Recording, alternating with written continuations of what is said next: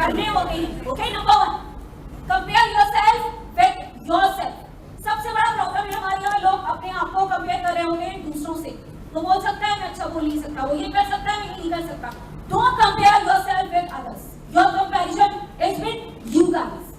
Number 2, focus on what you have. आपके पास जो कुछ भी है, जितने भी रिसोर्सेज हैं, उनके अंदर रहते हुए अपनी जिंदगी को खूबसूरत बनाना है, ना कि उन चीजों पे फोकस करना है कि ये मेरे पास नहीं है, ये मेरे पास नहीं है, और उसको लेके आप सोचते रहेंगे और परेशान होते रहेंगे।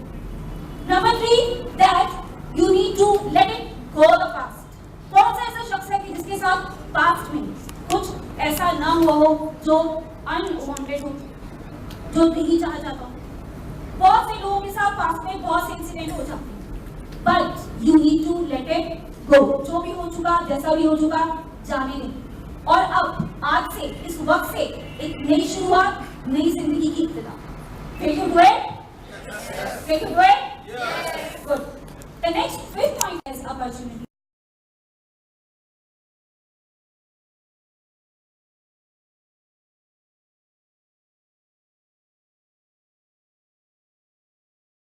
आपको जो एक मैजिकल की है, वो है आपकी अपनी अच्छी पॉजिटिव थॉट्स, आपकी अच्छी पॉजिटिव थिंकिंग।